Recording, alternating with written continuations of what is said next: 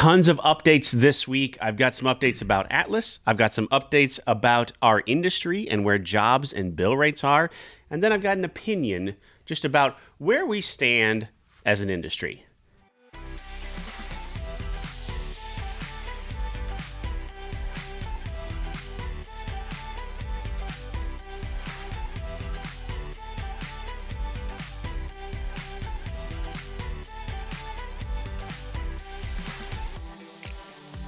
Okay, so joining me today, the reigning Atlas MedStaff taco champion back-to-back champs. Back-to-back, that is true. And team manager, former recruiter, now team manager, Joe Michelson. So That's me. I want to talk to Joe. Joe is at the forefront of tracking jobs, bill rates, that type of thing. Like, for whatever reason, that's become your thing. Kind of a numbers nerd. There you go. I love data. We will get to that. I want to give you a quick update, though, on where Atlas is at just in general with some of what's been going on here, because it has been a few weeks since we've touched on just what's happening here in the office. So obviously 2020, right, March 2020, we sent everybody home, and they've been working from home. The majority of our recruiters and client managers and a good chunk of our compliance still work from home. They work remote. We still have our office here in Omaha, and we still have our office in Denver. Dallas. Ooh, spoiler. Different Ds. Spoiler alert.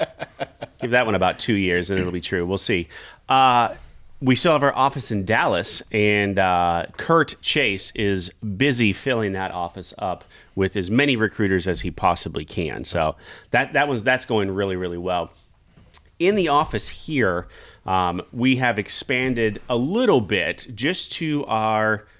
What direction is that? Is that north? Yep. Just to our north, we took another 6,500 square feet, and we'll be moving into that here starting next week, basically just for meeting space, quite honestly. We found as we've grown and the number of employees that we have here that are coming back to the office has grown, we need more meeting space. There are people having meetings here in my production room, and I can't have that anymore. I need this for This is yours. actual production, right? I can't have HR in here having meetings and stuff. So that's an expansion plan. We bought all of the furniture over there for pennies on the dollar. So if you don't truly understand how frugal Steve and I are on some of these things, that was an offer we made early on. Furniture is expensive, and as soon as you buy it, it was worth nothing. It is worthless. You can't resell it. It's just the aftermarket on office furniture is ridiculous. So we bought all of their furniture over there for seriously pennies on the dollar, and saved a ton of money doing it that way. So not only our money at work, your money at work too. Trying to get as much as we possibly can out of that. It's a nice space over there too. It's a fantastic space. If we're getting pennies on the dollar, that's really good furniture. It's used, but don't matter. We'll use used desks. Our I'm stuff okay is with that. used, right? We've been in here for 4 years already. Absolutely. Our stuff is used technically, but it looks exactly like. So if you come through the Omaha office, you'll be able to see it. It looks exactly like ours. We're just going to cut a hole in the wall and finish it and make it look okay. You know, maybe put a door frame in there. Put a door. We'll see. We'll see what our friends say. But yeah, we could do it real cheap. Just throw a curtain. Throw in a there. curtain up? and a rod. Why not? Yeah. But yeah, if you come through the Omaha office, you could totally visit that. You'll see me right as you come in the front door, obviously, and Mr. Ryan right to my. Let's see if I'm seeing this to my right. There. See, I have a problem with. I'm directionally challenged sometimes. Meet and greets are going strong. Dolan and Braden are back from Phoenix, where we met. Who all was there? Recruiter Cindy Lamberty was there. Eric Stapp was there. Romine. Trevor Romine from the Dallas office was there. Jennifer Wheeler from the Dallas office. That's right. We had one of the greatest turnouts that we've ever had at an event. Thanks to Sydney, Braden, and that whole group planning this out. We had over 80 people, over 80 travelers. Over 90 travelers. Don't tell me over 90 at one of our events. Unbelievable. Just shockingly unbelievable. And I hope we can duplicate that down the road because it was awesome. Yeah, turnout was great. We've got some great ones coming up. Kentucky is in May. You can check out the page on Facebook. I want to say Dolan's not in me. Yes, Dolan. Facebook page has all of the RSVP information. That coincides with the Kentucky Derby. So if you've never been, and I haven't, sadly I'm not going, but I'd like to. If you've never been to the Kentucky Derby, check that out. You don't have to be an Atlas traveler. in order to RSVP. Now, I know the actual Kentucky Derby tickets are taken already. All of those were called for, yeah. were called for already. So Dolan's shaking his head no. The Kentucky Oaks, which is the day before. So the race, isn't that the race they run on the inside on the grass track? The Oaks? I think it is. Shorter and it's prelims. Yeah, that's right. Okay. Yes. So you could still get tickets. We still have a handful of tickets left for that. Go check out the RSVP page on Facebook for that. And then we have like meet and greet sort of events. Like there's a bar crawl and a couple other things happening too. So tons of Atlas recruiters will be down there for that. And then just approved yesterday, I believe, is Trevor Romine is going to Boston. Yes, Boston. Coming up in June, I believe is the case. So look for that RSVP. If you are up in the Boston area, Massachusetts, Northeast area, Northeast, right? Yeah, that's right. See, Directionally challenged. Right. Look for that coming up here in June. So, which brings me to industry news.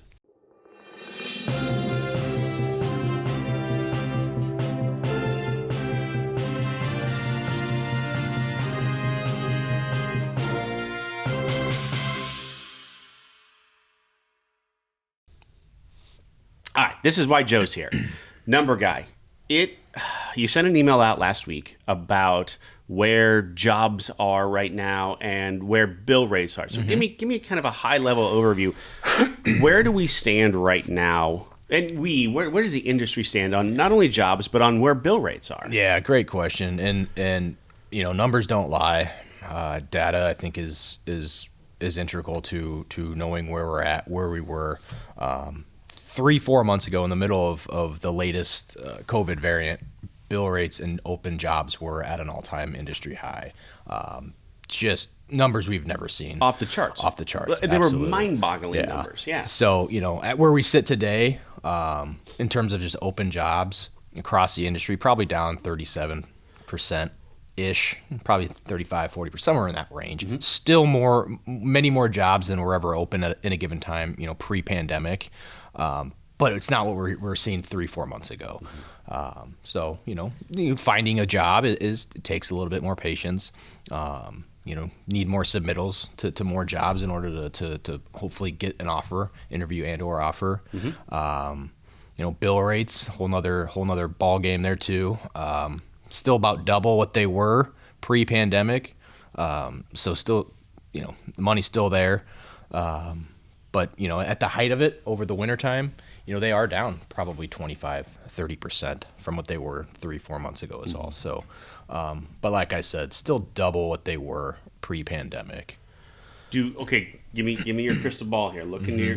What do you think coming this summer? Where do you think? What do you think is going to happen? Well, I think anyone that says they know what's going to happen is they're lying because nobody knows. There's so many variables that go into what the rates are, where the jobs are.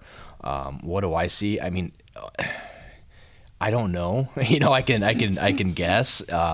I kind of it's going to stable out at some point. I think there may be a few more little dips between now and then. Is there going to be another variant? We don't know. If there is it going to be a serious one? Incredibly infectious? Will it be, harder on the human body? Right. We don't know. So those things are huge variables, but I do see it maybe rates declining a little bit more. I don't think anything dramatic anymore. That's kind of how I see it. Yeah, I'm kind of in the same boat. It's very, very hard to tell what's going to happen. But one thing I do know is that we are still at a somewhat unsustainable pace for rates. 100%. Yeah. And we have seen, and this is just based on just experience in the industry. I think just from what I've seen over the past 18 years, you're still going to see rate decreases happen, which, 15 years ago, rate decreases that did not happen. Rate changes in general. Rate changes didn't happen. So rate decreases are a thing right now. Yep. Over the past year and a half, we saw a lot of rate increases mid-contract. So it's a game we play, right? It happens both ways. We have to take the bad with the good. Unfortunately, we don't love the rate decreases. No. But we do love the rate increases, right? Right. We know our travelers love those. Wish we could have it one way, not the other. But It would just be easy if you cut it off maybe at the extension or at the new contract or whatever. Yeah. Changing pay mid-contract, that's tough. And ultimately, every vendor and facility, they are consistent. A vendor or facility will have a hard line policy where they will not change a rate mid-contract, or they will, up or down. Yep. But they won't do it both ways. Either, I'm talking mid-contract or point of extension. So Yeah. Like I told Joe before we got on, I've got some just anecdotal information here. Like I noticed one of our very longtime travelers finally accepted a contract after 20 submittals. And this nurse has been around. Not only does she have a ton of experience, but she's a fantastic nurse who has great references every time coming out of every contract she comes out of. And it took her 20 submittals before we found the next contract for her. Yeah. Not without trying. I think that's for sure. So the length of time it's taking, it has expanded quite a bit too. Oh, absolutely. And you can get lucky. It could be 2 submittals, right? Sure. 2-3 months ago, it would only take 1 or 2 submittals before you're getting an offer. Now it seems to be in that 10 to 20 range, which is it's frustrating. And it makes us all be a little patient on the recruiter side, on the traveler side. It is frustrating, but knowing that is half the battle, and understanding it and being okay with it. That's the great thing about our recruiters. They understand it and they have that patience. They don't love it. They thought it was easier 2-3 months ago.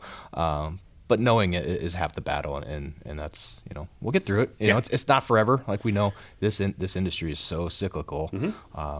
And who knows what's going to come in the next 3, 6, 9 months. Yep. Well, and we have a handful of veteran recruiters, too, that lived before COVID times, right? Yep. And more than a handful, quite a few, actually, that lived before COVID times, that understood what the submittal process was like then. Yeah. And talking to them now, it's almost reverting back to that now. So we're almost seeing a normalization in that process. Oh, absolutely. So whatever new normal is, quite honestly. So, which brings me to just my opinion. This one's easy. And I'm not saying this because I own an agency. I'm not saying this because I love coming to work at Atlas every day, and I love all of you that travel for us and all the prospects that we have, in the pipeline and that our recruiters talk to every day. I say this because there has never been a better time to be a travel nurse than right now. If you're a nurse, being a travel nurse and taking contracts and seeing the country is the ideal situation, in my opinion, for your profession. If I could do it, if I had the ability to work from anywhere and do and move around like that, my goodness, I totally would do that. So you're healthcare challenged, nursing wise, and directionally challenged. Yes. I'm with you though. Both of these I'm things. not directionally challenged, but I could never do healthcure because it's biology and chemistry, those classes. I couldn't do that. No. We want to talk about the most fun industry I've ever experienced. I would. If I could Absolutely. travel around and work, it'd be amazing. Could you? I live vicariously through all of our travelers and the things that they do, and that's one of the reasons why we do the piece that we do, where we go and talk to our travelers about what they're doing on a contract, where they're at, the things that they're seeing, and just so we can experience that too through them. So seeing them hikes and biking and every day, the things that they experience every single day is, if you're not doing it, you are missing out. Now, I say that right after saying jobs have gone down, right? But again, there has never been. It's relative, though. Exactly. Jobs are down from what they were 3-4 months ago, but they're still, But from where they were 4 years ago? Many more jobs right now than there was 2 years ago. Absolutely. Right before COVID was a thing. Yep. So yeah, the industry has changed, and I have said this before. I've talked to others outside of our industry that are in staffing in other industries, IT, light industrial, that type of thing, and we, as healthcare as a staffing industry, has always been behind for some reason, and I don't know why. It's taken us a while to adapt and catch up. First in technology, then in the types of people, the types of travelers out there, or the sheer number of travelers out there. It has taken a while for us to catch up.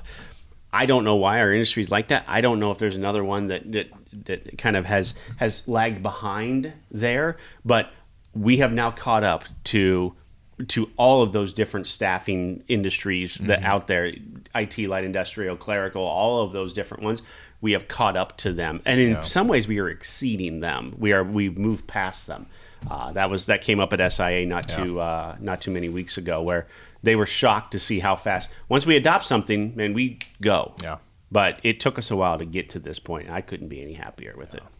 So, Joe, thank you very much. Hey, it's a pleasure. I appreciate the numbers part. It's, so if you probably have a recruit, if your recruiter is with Atlas, Joe, how many do you have on your team right now? 14. You have 14 recruiters. It's a good chance that maybe Joe is their manager. So I don't know. Give him, if you have a problem, why don't you give him Give a call? me a call. No, I mean, you were a recruiter once too. I mean, do you miss the part talking to travelers every single day? I absolutely miss it. It every day, you know. And fortunately for myself, I've kept very good relationships with many of the travelers that were on my desk. Nice. I still reach out to them occasionally. They reach out to me occasionally. Not a handful, a great majority of them are still working with Atlas. So I see their name come across every once in a while, and it's awesome to see that they're still here, very loyal to Atlas. When I see their name come across, it's, shoot them a quick text. Hey, good to see your name. Hope you're enjoying your new recruiter, and I know they are. So they're in great hands. So awesome. I do miss it. The relationships that you're constantly building up, meeting so many new people. And like you said earlier, I absolutely live vicariously through my travelers. I'm at a point in my life where I don't have the ability to travel much anymore with kids and all that. So get the chance to kind of live through their experiences and whatnot. So awesome. All right. Well, so if you're not out there and you're thinking about it, why not? Give it a shot. Yeah. All right. We'll see you next week.